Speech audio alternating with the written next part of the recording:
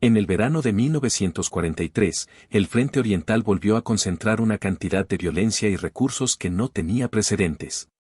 Tras la catástrofe alemana en Stalingrado, la iniciativa estratégica parecía haber pasado a manos soviéticas, pero Alemania aún conservaba una oportunidad para cambiar el rumbo de la guerra. Esa oportunidad se llamó Kursk. Y dentro de Kursk, hubo un lugar donde la guerra alcanzó su máxima expresión mecánica y humana, Prokhorovka Sur. La batalla de Kursk no fue una batalla improvisada ni caótica desde el inicio. Fue el resultado de meses de planificación, acumulación de fuerzas y cálculos estratégicos. Tras el invierno, el frente formaba un enorme saliente alrededor de la ciudad de Kursk, ocupado por fuerzas soviéticas. Para Alemania, ese saliente representaba una tentación peligrosa. Si lograban cerrarlo con un ataque en pinza desde el norte y el sur, podrían rodear y destruir a un gran número de ejércitos soviéticos, recuperando la iniciativa perdida. La operación alemana recibió el nombre de Ciudadela. En ella, el alto mando apostó gran parte de lo que quedaba de su poder ofensivo. Nuevos tanques, nuevas doctrinas y unidades veteranas fueron concentradas con un solo objetivo: romper las defensas soviéticas de una vez por todas. El problema era que el enemigo sabía exactamente lo que estaba por venir. La inteligencia soviética había detectado con antelación los preparativos alemanes. En lugar de lanzar un ataque preventivo, el mando soviético tomó una decisión diferente: absorber el golpe. Durante semanas, el Ejército Rojo construyó un sistema defensivo en profundidad sin precedentes. Minas, trincheras, posiciones antitanque y artillería escalonada transformaron el saliente de Kursk en una trampa gigantesca. El objetivo no era detener a los alemanes de inmediato, sino desgastarlos hasta dejarlos sin capacidad ofensiva. En el sector sur del saliente, la ofensiva alemana fue liderada por algunas de sus unidades más poderosas, incluidas divisiones equipadas con tanques Panzer y Jäger. Para el segundo cuerpo Panzer SS, Prokhorovka era el último gran obstáculo antes de una posible ruptura decisiva. Si ese punto caía, el camino hacia Kursk quedaría abierto. Prokhorovka no era una gran ciudad ni una fortaleza monumental. Era una zona de terreno relativamente abierto, atravesada por vías férreas, colinas suaves y campos agrícolas. Precisamente por eso, se convirtió en el escenario ideal para un choque masivo de blindados. Allí, ambos bandos concentraron cientos de tanques, convencidos de que el resultado de ese enfrentamiento definiría no solo la batalla, sino el curso de la guerra en el este. Del lado soviético, el mando decidió lanzar a sus fuerzas blindadas directamente contra el avance alemán. No se trataba de una defensa pasiva. La orden era clara: cerrar la distancia, negar a los alemanes la ventaja de su mayor alcance y potencia de fuego, y convertir el combate en una pelea a corta distancia. En Prokhorovka Sur, la guerra de tanques se transformaría en algo cercano al combate cuerpo a cuerpo, pero entre máquinas de acero. El 12 de julio de 1943, ambos ejércitos estaban listos. Miles de tripulantes aguardaban dentro de sus tanques, rodeados de calor, ruido y tensión. La visibilidad era limitada por el polvo, el humo y las explosiones previas. Nadie tenía una imagen clara del campo de batalla completo. Cada comandante veía solo una fracción del caos que estaba por desatarse. Cuando comenzó el enfrentamiento, Prokhorovka dejó de ser un punto en el mapa y se convirtió en un infierno mecánico. Tanques avanzaron unos contra otros a toda velocidad, disparando a quemarropa. Las líneas se mezclaron. Vehículos chocaron, se incendiaron y explotaron a distancias tan cortas que la noción de táctica tradicional se desintegró. El campo se llenó de acero retorcido, humo negro y el estruendo constante de cañones. Para los soldados dentro de los tanques, el combate era una experiencia claustrofóbica. El ruido era ensordecedor, el calor insoportable y la muerte podía llegar en cualquier segundo, ya fuera por un impacto directo, por un incendio interno o por una explosión cercana. Prokhorovka Sur no fue una batalla elegante ni precisa. Fue un choque brutal de masas, donde la supervivencia dependía tanto del azar como del entrenamiento. Este enfrentamiento pasaría a la historia como uno de los mayores choques de blindados jamás registrados. Pero más allá de los números, su importancia radicó en el momento. Alemania estaba jugando su última carta ofensiva en el frente oriental. La Unión Soviética estaba decidida a no retroceder un solo paso más.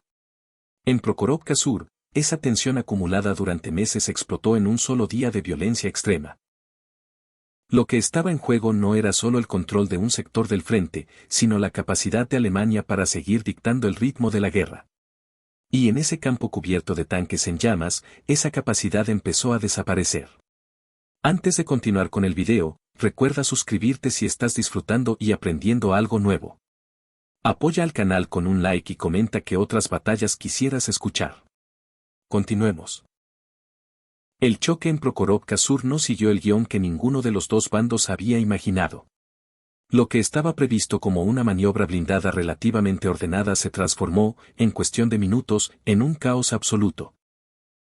La enorme concentración de tanques, la cercanía entre las fuerzas y la limitada visibilidad provocaron que la batalla degenerara en una serie de enfrentamientos simultáneos, descoordinados y brutales, donde la iniciativa individual de cada tripulación importó más que cualquier plan previo. Cuando las columnas soviéticas avanzaron, lo hicieron con una agresividad calculada. La orden era reducir la distancia al máximo, incluso embestir si era necesario. El objetivo no era intercambiar fuego a larga distancia, donde los cañones alemanes tenían ventaja, sino convertir el campo de batalla en un laberinto de choques a corta distancia. Los T-34 soviéticos avanzaron a toda velocidad, levantando polvo y humo, cerrando espacios y rompiendo las formaciones alemanas. Para el segundo cuerpo Panzer-Assas, aquello fue un golpe inesperado. Sus tanques más pesados, como los Tiger, estaban diseñados para destruir al enemigo desde lejos, aprovechando su blindaje y potencia de fuego superior. En Prokhorovka, esa ventaja se diluyó. Los enfrentamientos ocurrieron a distancias tan cortas que, en muchos casos, los disparos se realizaban casi sin apuntar, reaccionando por instinto más que por doctrina. El campo se saturó de vehículos en llamas. Tanques destruidos bloqueaban rutas de avance, obligando a otros a rodearlos o atravesar zonas minadas. El terreno, ya castigado por días de combate previo, se volvió traicionero. Algunos vehículos quedaron atascados, convirtiéndose en blancos inmóviles.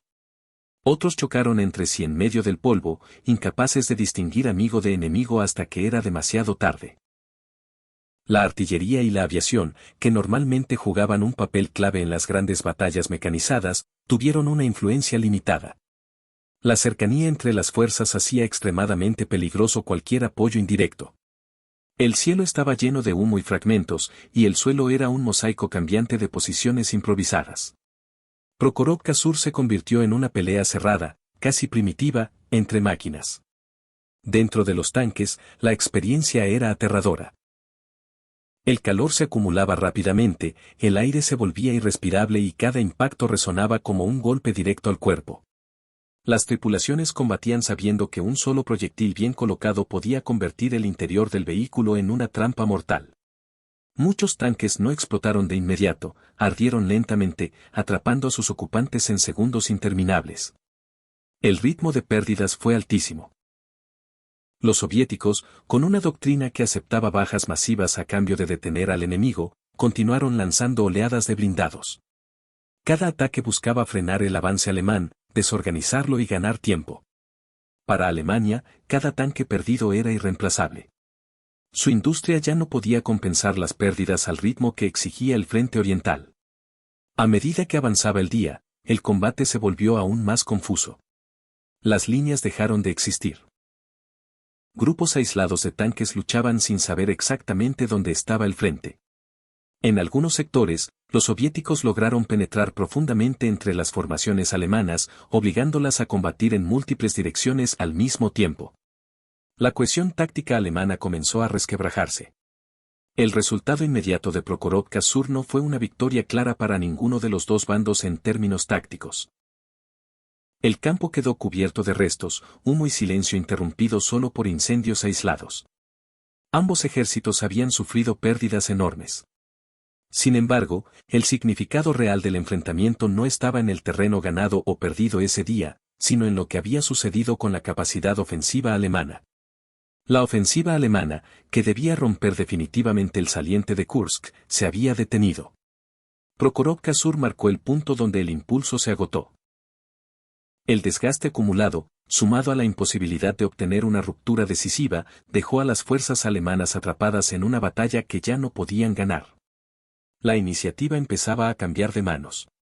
Para el mando soviético, ese resultado era suficiente. No necesitaban una victoria espectacular en Prokhorovka.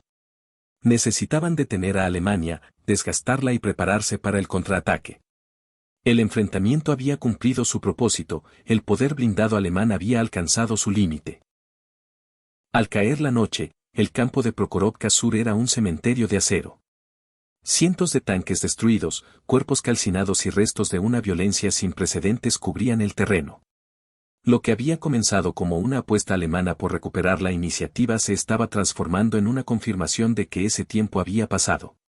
La batalla aún no había terminado, pero el momento decisivo ya había ocurrido. Alemania había apostado su última gran ofensiva blindada en Kursk, y en Prokhorovka Sur esa apuesta empezó a perderse de manera irreversible.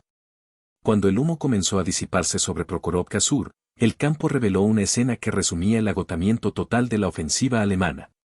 Cientos de tanques destruidos, vehículos abandonados y restos calcinados cubrían el terreno. Para ambos bandos, el costo había sido enorme. Sin embargo, la diferencia no estaba en las pérdidas inmediatas, sino en la capacidad de absorberlas. En ese aspecto, Alemania había llegado a su límite. La batalla de Kursk había sido concebida por el alto mando alemán como la última oportunidad para recuperar la iniciativa estratégica en el frente oriental. La operación Ciudadela dependía de una ruptura rápida y decisiva. Prokhorovka Sur debía ser el punto donde esa ruptura se concretara. Al no lograrlo, todo el plan comenzó a desmoronarse. El segundo cuerpo Panzer SS había sufrido un desgaste que no podía reemplazarse. Tanques Tiger y Panzer, piezas clave de la ofensiva, quedaron destruidos o inutilizados. Más grave aún, se perdieron tripulaciones veteranas con años de experiencia en combate. A diferencia de etapas anteriores de la guerra, Alemania ya no tenía la capacidad industrial ni el tiempo para reponer esas pérdidas al mismo ritmo. Del lado soviético, las pérdidas también fueron enormes. Prokhorovka no fue una victoria limpia ni elegante. Fue una batalla de desgaste aceptada conscientemente. El ejército rojo sacrificó gran cantidad de blindados y hombres con un objetivo claro, frenar y agotar al enemigo. Una vez logrado ese objetivo, el siguiente paso era inevitable. Pocos días después del enfrentamiento en Prokhorovka Sur, el mando soviético lanzó sus propias ofensivas a gran escala. Mientras las fuerzas alemanas intentaban reorganizarse y consolidar posiciones defensivas, los soviéticos atacaron en múltiples sectores del saliente. La iniciativa estratégica cambió definitivamente de manos. Alemania pasó de atacar a resistir. A partir de Kursk, el patrón de la guerra en el este se volvió claro.